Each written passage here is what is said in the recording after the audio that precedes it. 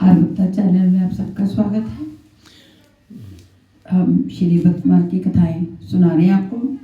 और कल हमने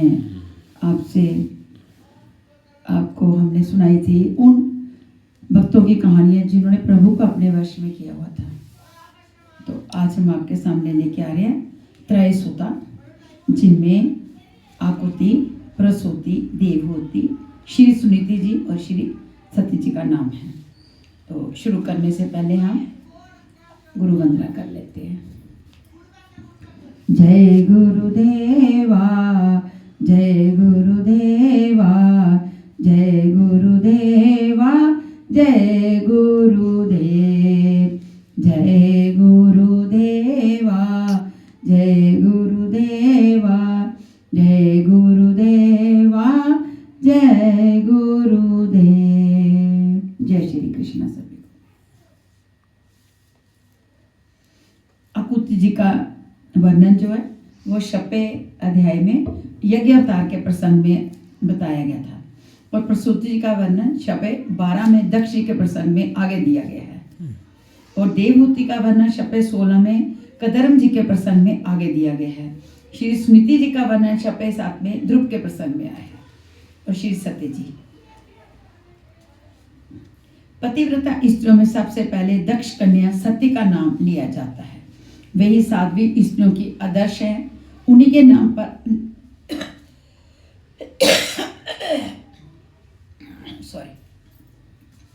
उन्हीं के नाम पर अन्य पतिव्रता स्त्रियां भी सती की उपाधि से विभूषित हुई हैं। सत्य धर्म वही है जिसका भगवती सती ने पालन किया है। इनके द्वारा स्वीकृत और पालित धर्म ही शास्त्रों में सती धर्म के नाम से संकलित है। भगवती सती साक्षात सच्चिदानंदमयी आध्या प्रकृति है। व्यक्त और अव्यक्त सब उन्हीं के रूप है। अस्ति, भांति, प्रिय, नाम और रूप में उन्हीं की अभिव्यक्ति होती है। वही कोटि कोटि ब्रह्मांडों की जननी है। उन्हीं के भ्रुकुटी विलास से जगत की सृष्टि, पालन और संहार आदि कार्य होते हैं। वे सर्वत्र व्यापक और सर्वस्वरूप होकर भी सबसे विलक्षण हैं।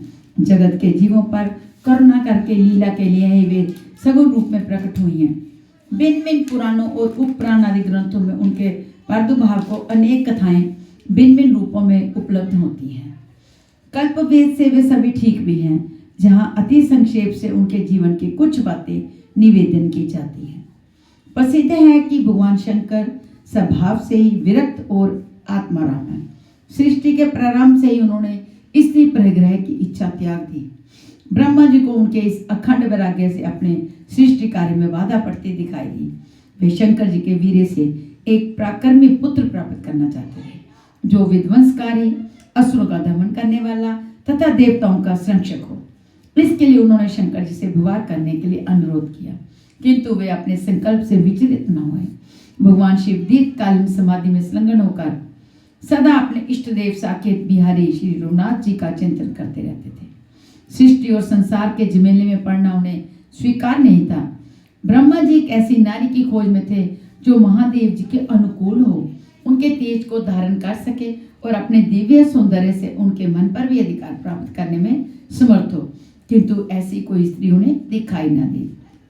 तब उन्होंने अपनी अभीष्ट सिद्धि के लिए भगवती विष्णु माया की आराधना करना ही उचित समझा। ब्रह्मा जी के नवमानस पुत्रों में प्रजापति दक्ष बहुत प्रसिद्ध है। इनके दंपति ब्रह्मा जी के दाहिने अंगूठे से हुए थे। एक समय शापवश इनको ये शरीर त्यागना पड़ा। इसके बाद वे 10 पृच्छताओं के अंश से उनकी पत्नी मरीषा के गर्भ से उत्पन्न हुए। तब से प्राचेतस दक्ष के नाम से उनकी प्रसिद्धि हुई। प्रजापति वीरन की कन्या वारिणी इनकी धर्म पत्नी थी।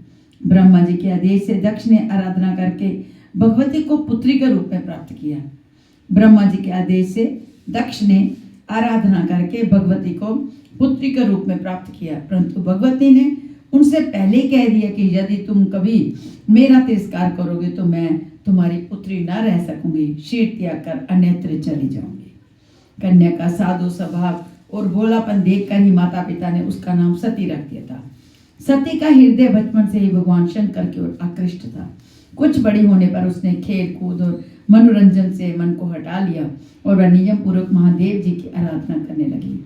वह प्रातःकाल ब्रह्म वेला में उठकर गंगा स्नान करती और भगवान की पार्थिव मूर्ति बनाकर फूल और बिल्व पत्थर आदि से उसकी विधिवत पूजा करते थे, किंतु फिर नेत्र बंद करके मन ही मन प्राणाधार का ध्यान धरते और उनसे मिलने को उत्सुक होकर देर तक आंसू बहाया करते थे। सच्चे प्रेम की पिपासा प्रतिक्षण बढ़ती ही रहती है। यही दशा सती की भी थी। उसके मन प्राण भगवान शंकर के लिए व्याकुल रहने लगे। उसे विरह का एक एक क्षण युग के समान प्रतीत होता था। उसकी जीवा पर शिव का नाम था। हृदय में उनकी मनोहर मूर्ति बसी हुई थी और उसकी आंखें शिव के सिवा दूसरे पुरुष को देखना नहीं चाहती थी। वह सोचती कि आशुतोष भगवान शिव मुझ दीन अबला पर भी कभी कृपा करेंगे। क्या कभी ऐसा समय भी आएगा जब मैं अपने आप को उनके चरणों में समर्पित करके ये तन मन जीवन और यौवन सार्थक कर सकूंगी। इन्हीं भावनाओं में वह बेसुध रहती थी। सती की ये प्रेम साधना आगे चलकर कठोर तपस्या के रूप में परिणत हो गई। उधर ब्रह्मा आदि देवता भगवान शंकर के पास गए और उनसे असुर विनाशक पुत्र की प्राप्ति के लिए विवाह करने का अनुरोध करने लगे। शिव ने विवाह की अनुमति दे दी और योग्य कन्या की खोज करने को कहा। ब्रह्म जी ने कहा, मेश्वर दक्ष कन्या सती आपको प्रति रूप में प्राप्त करने के लिए तपस्या कर रही है। वही आपके सर्वतान रूप है, आप उन्हें ग्रहण करें। शिव ने तथास्तु कहकर देवताओं को विदा कर दिया। सती की व्रत धारणा आप पूर्ण होने को आई। अश्विन मास के शुक्ल पक्ष की अष्टमी तिथि थी। सती ने उस दिन बड़े प्रेम और भक्ति के साथ अपने प्राण आराध्य महेश्वर का पूजन किया। दूसरे दिन व्रत होने पर भगवान शिव एकांत कुटीर में सती के सम्मुख प्रकट हो गए। सती निहाल हो गई। जिनकी बाट जोड़ते जोड़ते युग बीत गए थे, उन्हें आराध्य देव को सहसा सामने पाकर वे क्षण भर के लिए लज्जा से जड़वत हो गई। मन अनंत के समुद्र में लहरें लेने लगा। उनकी आंखें भगवान के चरणों में जा लगी। शरीर रोमांचित हो उठा। कांपते हाथों से प्रियतम का चरण स्पर्श किया और भक्ति भाव से प्रणाम करके प्रेम अश्रुओं से वह उनके पांव पखारने लगे। भगवान ने अपने हाथों से सती को उठाकर खड़ा किया। उस समय उसका रोम रोम अनिवर्चनीय रस में डूबा हुआ था। शंकर जी सती की तपस्या का उद्देश्य जानते थे, तो भी उन्होंने उन्हीं के मुंह से उनका मनोरथ सुनने के लिए कहा, दक्ष कुमारी, मैं तुम्हारी आराधना से बहुत संतुष्ट हूँ। बताओ किस लिए अपने कोमल अंगों को इस कठोर साधना के द्वारा कष्ट पहुंचाया है। सती संकोच से मुख नीचे किए हुए बोली, देवादिदेव, आप घटघटवासी हैं। मेरी अभिलाषा आपसे छिपी नहीं। आप स्वयं ही आज्ञा दें, मैं आपकी क्या सेवा करूं। सती का ये अलौकिक प्रेम देखकर भगवान शिव उसके हाथों बिन दाम बिक गए। वे सहसा बोल उठे, देवी, तुम मेरी पत्नी बनकर मुझे अनुग्रहित करो। सती का हाथ भगवान शिव के हाथ में था। प्रभु की वह अनुराग भरी वाणी सुनकर वे पूना रमणी सुलभ लज्जा के वशीभूत हो गई। उनकी अन्य जन्म जन्म की साथ अब पूरी होने जा रही थी। उस समय उनके मन में कितना सुख, कितना आहत था, इसका वर्णन नहीं हो सकता। उन्होंने थोड़ी ही देर में अपने को संभाला और मंद मुस्कान के साथ संकोच युक्त वाणी में कहा, भगवान, मैं अपने पिता के अधीन हूँ। आप उनकी अनुमति से मुझे अपनी सेवा का सौभाग्य प्रदान करें।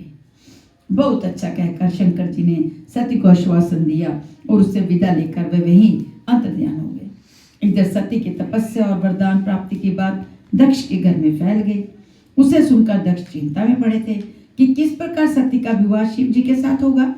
इतने में ही भगवान शंकर की अनुमति से ब्रह्मा जी ने आकर कहा, मैं स्वयं ही शंकर जी को साथ लेकर जहाँ आऊंगा, तुम विवाह की तैयारी करो। नियत समय पर ब्रह्मा आदि देवताओं के साथ भगवान शिव विवाह के लिए बता रहे। उस समय में उनका वही अड़बंगी वेश था। दक्ष को उनकी वेशभूषा पर क्षोभ हुआ, फिर भी उन्होंने समारोह पूर्वक सती का विवाह शिव जी के साथ कर दिया। विवाह के पश्चात सती माता पिता से विदा हो पति के साथ कैलाश धाम चली गई। वे भगवान शिव के साथ दीर्घ काल तक वहाँ के सुरम्य प्रदेशों में सुख से रहने लगी। देवताओं और यक्षों की कन्याएं उनकी सेवा किया करती थी। भगवान शिव के पास अनेक देव ऋषि, ब्रह्म ऋषि, जोगी, जति, संत महात्मा पधारते और सत्संग का लाभ उठाया करते थे। सती को वहाँ भगवत चर्चा में बड़ा सुख मिलता था। उस दिव्य वातावरण में रहते हुए उन्हें कितने ही युग बीत गए। सती के तन, मन और प्राण केवल शिव की आराधना में लगे रहते थे। उनके पति प्राणेश्वर देवता सब कुछ भगवान शिव थे। एक बार त्रेता युग आने पर पृथ्वी का भार उतारने के लिए श्री हरि ने रघुवंश में अवतार लिया था।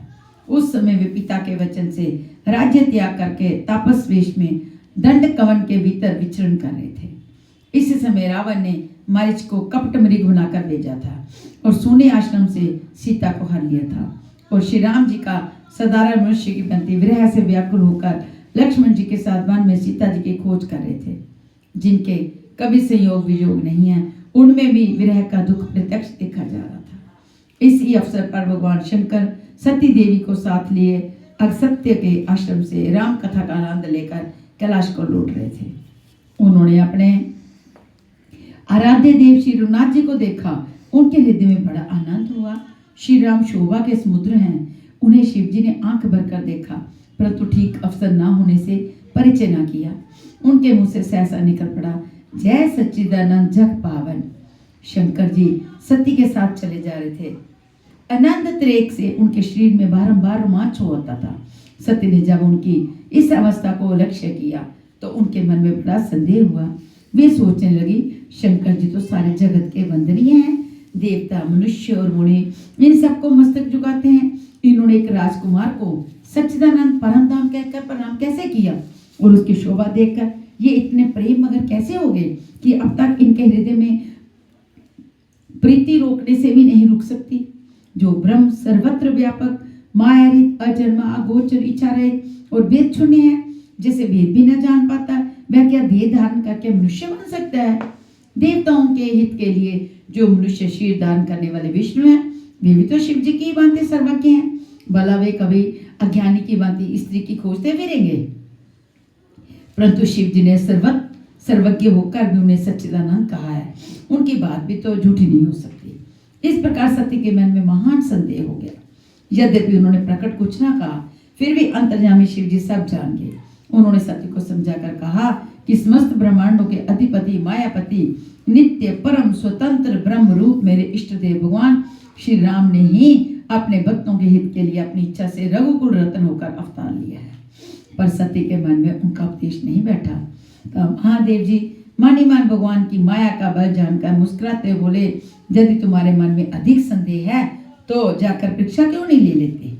जब तक तुम लौट ना होगी मैं इसी बड़की छाव में बैठा रहूंगा। बोली वाली सती पर भगवान की योग माया का प्रभाव पड़ चुका था। वे पति की आज्ञा पाकर चली। इधर शंकर जी अनुमान करने लगे कि आज सती का कल्याण नहीं है।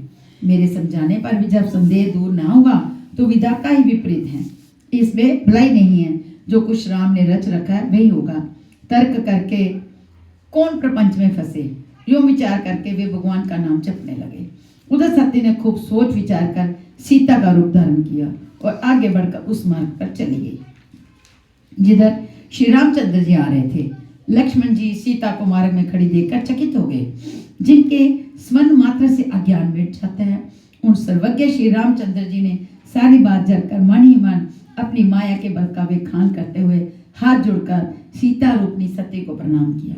अपना और अपने पिता का नाम बतलाया तथा हंस कर पूछा, देवी शिव जी कहाँ हैं?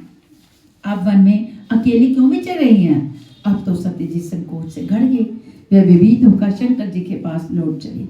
उनके हृदय में बड़ी चिंता हो गई थी। वे सोचने लगी, हाय मैंने स्वामी का कहना नहीं माना, अपना अज्ञान श्री रामचंद्र जी पर आरोपित किया, अब मैं उनको क्या उत्तर दूंगी। फिर वे बारंबार श्री रामचंद्र जी के चरणों में प्रणाम करके उस स्थान की ओर चले जहाँ शिव जी उनकी प्रतीक्षा में बैठे थे। निकट जाने पर शिव जी ने हंसकर कुछ समाचार पूछा और कहा, सच सच बताओ किस प्रकार परीक्षा ली है।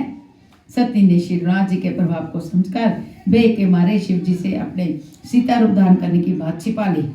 शंकर जी ने ध्यान लगाकर देखा और सती ने जो कुछ किया था ये सब जान लिया। फिर उन्होंने श्री राम जी की माया को मस्तक झुकाया। सती ने सीता का वेश बना लिया। ये जानकर शिव जी के मन में बड़ा विषाद हुआ। उन्होंने सोचा, अब यदि मैं सती से पत्नी की भांति प्रीति करता हूँ तो भक्ति मार्ग का लोभ हो जाता है और बड़ा अन्याय होता है। सती परम पवित्र है, अतः इन्हें छोड़ते भी नहीं बनता और प्रेम करने में भी बड़ा पाप है। महादेव जी प्रकट रूप से कुछ न कह सके, किंतु उनके हृदय में बड़ा संताप था। तब उन्होंने श्री राम को मन ही मन प्रणाम किया। भगवान जी को याद आते ही उनके हृदय में यह संकल्प उदित हुआ, यही तन सीते ही भेंट मोहि नाही। ऐसा निश्चय करके वे श्री राम का स्मरण करते हुए चल दिए। उस समय काशवाणी हुई, महेश्वर आपकी जय हो, आपने भक्ति को अच्छी दृढ़ता प्रदान की। आपको छोड़कर ऐसी प्रतिज्ञा कौन कर सकता है। आप श्री रामचंद्र जी के भक्त हैं, समर्थ हैं और भगवान हैं। सती ने भी ये आकाशवाणी सुनी। उनके मन में बड़ी चिंता होगी। उन्होंने सोचाते हुए पूछा, दया में कहिए आपने कौन सा प्रण किया है। प्रभु आप सत्य के दाम और दीन दयालु हैं, मुझे दिन भर दिया करो और अपनी की हुई प्रतिज्ञा बताइए। सती ने भांति भांति से पूछा, किंतु उन्होंने कुछ ना बताया। तब सती ने अनुमान किया कि शिव जी सर्वज्ञ है, वे सब कुछ जान गए। हाय मैंने इनसे भी छल किया। स्त्री स्वभाव से ही मूर्ख को बेसमझ तो होती है। अपनी करनी को याद करके सती के हृदय में बड़ा सोच और अपार चिंता हुई। उन्होंने समझ लिया कि शिव जी कृपा के अथाह सागर है। इसी से प्रकट में इन्होंने मेरा अपराध नहीं कहा, किंतु उनका रुख जो है वो देखकर सत्य को यह विश्वास हो गया कि स्वामी ने मेरा परित्याग कर दिया है। बिना कुछ बोले बिना कुछ कहे उन्होंने सती का परित्याग कर दिया। शिव जी ने त्याग का विचार आते ही उनका हृदय व्याकुल हो गया। सती को चिंता मगन देख शंकर जी ने उन सुख देने के लिए सुंदर सुंदर कथा वार्ता कहने लगे। मार्ग में अनेक प्रकार के इतिहास का वर्णन करते हुए वे कैलाश धाम पहुंचे। वहां अपनी प्रतिज्ञा को याद करके वे वट वृक्ष नीचे आसन लगाकर बैठ गए, अपने सह स्वरूप का स्मरण किया और अखंड समाधि लग गई। सती जी कैलाश पर बैठकर एकाकी जीवन व्यतीत करने लगी। उनके मन में बड़ा दुख था। एक एक दिन एक एक युग के समान बीत रहा था और इस दुख समुद्र से पार होने का कोई उपाय नहीं सोच रहा था उन्हें। इस प्रकार दक्ष कुमारी सती के दारुण दुख की कोई सीमा न थी। वे रात दिन चिंता की आग में झुलस रही थी। इस अवस्था में पड़े पड़े उनके 87,000 वर्ष बीत गए। इतने दिनों बाद शिव की समाधि खुली। 87,000 वर्षों के बाद शिव जी की समाधि खुली थी। वे स्पष्ट वाणी में राम राम का उच्चारण करने लगे। तब सती ने जाना कि जगदीश्वर शिव समाधि से जगे हैं। उन्होंने जाकर शंकर जी के चरणों में प्रणाम किया। शिव जी ने उनको बैठने के लिए सामने आसन दिया और श्री हरि की रसमयी कथाएं सुनाने लगे। इस प्रकार दयालु महेश्वर ने सती के संतप्त हृदय को कुछ शीतल किया, जिससे उनके दुखों का आवेग बहुत कुछ कम हो गया था। इसी बीच में सती के पिता दक्ष प्रजापति के पद पर अभिषिक्त हुए। ये महान अधिकार पाकर दक्ष के हृदय में बड़ा भारी अभिमान पैदा हो गया। संसार में कौन ऐसा है जिसे प्रभुता पाकर मद न हो। उन्होंने ब्रह्मनिष्ठ महात्माओं को, जिनमें शंकर जी भी थे, उपेक्षा की दृष्टि से देखना आरंभ किया। उपेक्षा की दृष्टि से देखना आरंभ किया। शंकर जी पर उनके रोष का कुछ विशेष कारण था। वे उनके तत्व से बिल्कुल अनभिज्ञ थे। सती के विवाह के कुछ ही समय बाद एक बार प्रजापतियों ने यज्ञ का आयोजन किया था। उसमें बड़े बड़े ऋषि, देवता, मुनि और अग्नि आदि भी अपने अनुयायियों सहित उपस्थित हुए थे। ब्रह्मा और शिव जी भी उस सभा में विराजमान थे। उसी समय दक्ष भी वहां पधारे। सभी सभासद उनके स्वागत में उठकर खड़े हुए। केवल ब्रह्मा जी और महादेव जी अपने स्थान पर बैठे रहे। ब्रह्मा जी तो दक्ष के पिता ही थे, अतः दक्ष ने झुककर उनके चरणों में प्रणाम किया, किंतु शंकर जी का बैठे रहना उनको बहुत बुरा लगा। उन्हें इस बात के लिए खेद था कि शंकर ने उठकर मुझे क्यों प्रणाम नहीं किया। अतः उन्होंने भरी सभा में उनकी बड़ी निंदा की, कठोर वचन सुनाए और शाप तक दे डाला। भगवान शंकर चुपचाप चले। उन्होंने उनकी बात का कुछ भी उत्तर न दिया। इतने पर भी दक्ष का रोष उनके प्रति शांत न हुआ था। वे शिव से संबंध रखने वाले प्रत्येक व्यक्ति से द्वेष रखने लगे, यहाँ तक कि अपनी पुत्री सती के प्रति भी उनका भाव अच्छा न रह गया। प्रजापतियों के नायक बन जाने पर उनको वैर साधना का अच्छा अवसर मिला। पहले तो उन्होंने भाजपेयी यज्ञ किया और उसमें शंकर जी को भाग नहीं लेने दिया। उसके बाद पुनः बड़े समारोह के साथ बृहस्पति सब नामक यज्ञ का आयोजन किया। उस समय प्रायः सभी ब्रह्म ऋषि, देव ऋषि, पितृ, देवता और उपदेवता आदि मंत्री थे। सब ने अपनी अपनी पत्नी के साथ जाकर यज्ञ उत्सव में भाग लिया और स्वस्ति वाचन किया। केवल ब्रह्मा और विष्णु कुछ छोड़कर उस यज्ञ में सम्मिलित न हुए थे। ब्रह्मा और विष्णु। सती ने देखा कैलाश शिखर के ऊपर आकाश मार्ग से विमानों की श्रेणियां चली जा रही हैं। उसमें देवता, यज्ञ, गंधर्व, सिद्ध, विद्यावल, विद्याधर, किन्नर आदि बैठे हैं। उनके साथ उनकी स्त्रियां भी हैं, जो चमकीले कुंडल, हार तथा विविध रत्न में आभूषण पहने बलिमाती सज धज कर गीत गाती जा रही हैं। सती ने पूछा, भगवान ये सब क्या है? ये लोग कहाँ जा रहे हैं? भगवान शिव ने मुस्कुराते हुए कहा, तुम्हारे पिता के यहाँ बहुत बड़ी यज्ञ हो रहा है, उसी में ये सब लोग निमंत्रित हैं। पिता के यज्ञ की बात सुनकर सती को कुछ हर्ष हुआ। उन्होंने सोचा, यदि स्वामी की आज्ञा हो तो यज्ञ के ही बहाने कुछ दिन वहीं चल कर रहूं।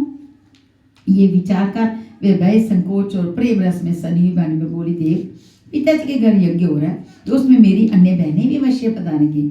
माता और पिता से मिले मुझे युग बीत गए। इस अवसर पर आपकी आज्ञा हो तो आप और मैं दोनों वहां चलें, यज्ञ का उत्सव भी देखेंगे और सबसे भेंट मुलाकात भी हो जाएगी। प्रभु, ये ठीक है कि उन्होंने निमंत्रण दे दिया, अतः वहां जाना ठीक नहीं, तथापि पति, गुरु और माता पिता आदि सुहृदों के यहाँ बिना बुलाए भी जाना चाहिए। संभव है भीड़ भाड़ में निमंत्रण देना भूल गए हों अथवा देने पर भी यहाँ पहुंच ना पाए हों। शिव जी ने कहा, इसमें संदेह नहीं कि माता पिता आदि गुरुजनों के यहाँ बिना बुलाए भी जा सकें, परंतु ऐसा तभी करना चाहिए जब वहाँ के लोग प्रेम रखते हों, जहाँ कोई विरोध मानता हो। वहां जाने से कदापि कल्याण नहीं होता। तुम्हारे पिता मुझसे द्वेष रखते हैं, अतः तुम्हें उनको और उनके अनुयायियों को देखने का भी विचार नहीं करना चाहिए।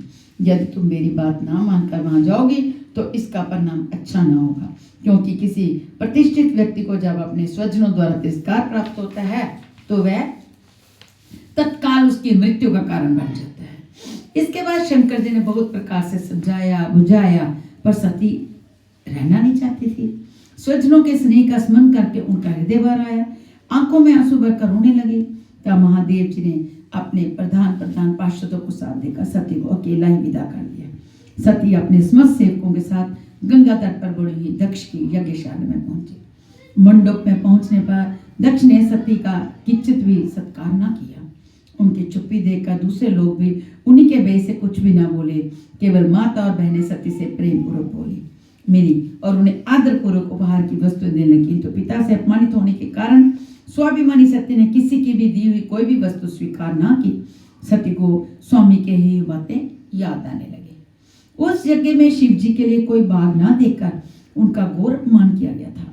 सत्य ने इस बात की ओर भी लक्ष्य किया। इससे उसके मन में बहुत क्रोध हुआ।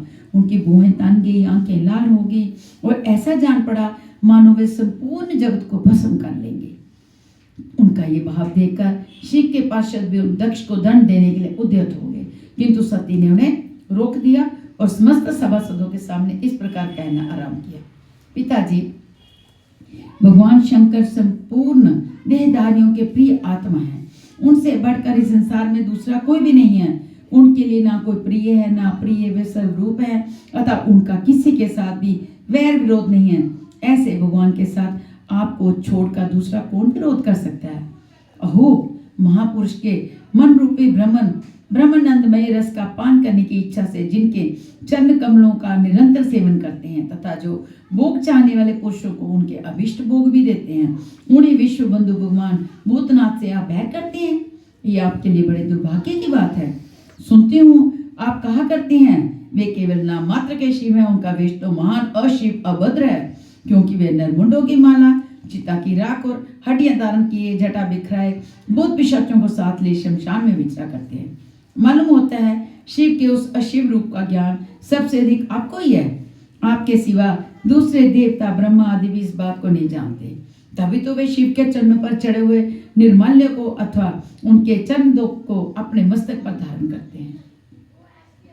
पिताजी, शास्त्र क्या कहता है? यदि कोई उच्छृंखल प्राणी धर्म की रक्षा करने वाले ईश्वर की निंदा करे तो अपने में उसे दंड देने की शक्ति न होने पर दोनों कान मूंद ले और वहां से हट जाए, अथवा यदि शक्ति हो तो उस बकवादी की दुष्ट की जीवा को काट कर फेंक दे।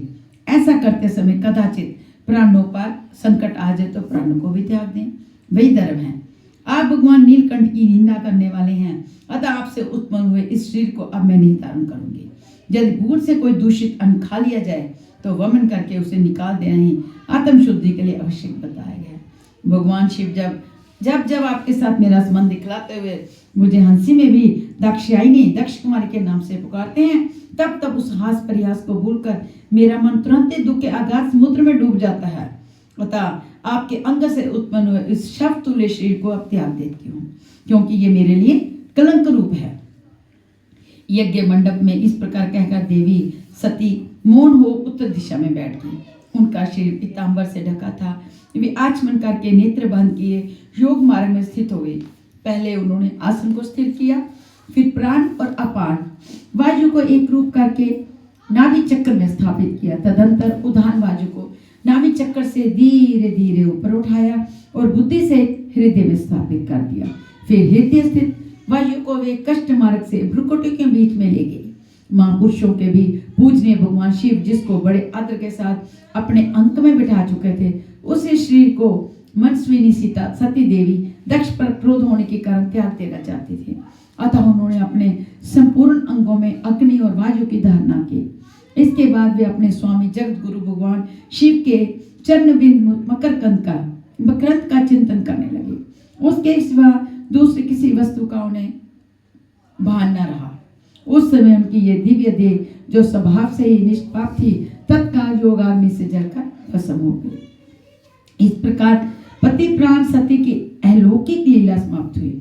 उन्होंने जीवन भर सदा ही तन मन प्राण से अपने पति भगवान शिव की सेवा और समाराधना की तथा अंत में भी उन्हीं का चिंतन करते करते प्राण त्याग किया। मरते समय भी उन्होंने भगवान से यही वर मांगा था कि प्रत्येक जन्म में मेरा भगवान शिव के ही चरणों में अनुराग हो। इसलिए वे पुनः गिरिराज हिमालय के यहाँ पार्वती के रूप में प्रकट हुई और भगवान शंकर को ही पति रूप में प्राप्त किया। सती का ये दिव्य प्रति प्रेम भारत की नारियों के लिए आदर्श बन गया। आज घर घर में सती पूजा की जो प्रथा चली आती है, उसमें दक्ष कन्या सती के प्रति ही भारतीय नारियां अपनी श्रद्धा और भक्ति अर्पित करती हैं।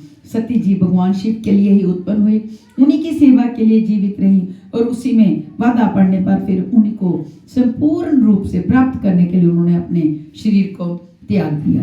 गंगा के किनारे जिस स्थान पर सती ने अपना शरीर छोड़ा था, वे आज भी सैनिक तीर्थ के नाम से विख्यात है।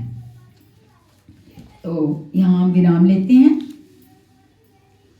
श्री कृष्ण गोविंद हरे मुरारी, हे नाथ नारायण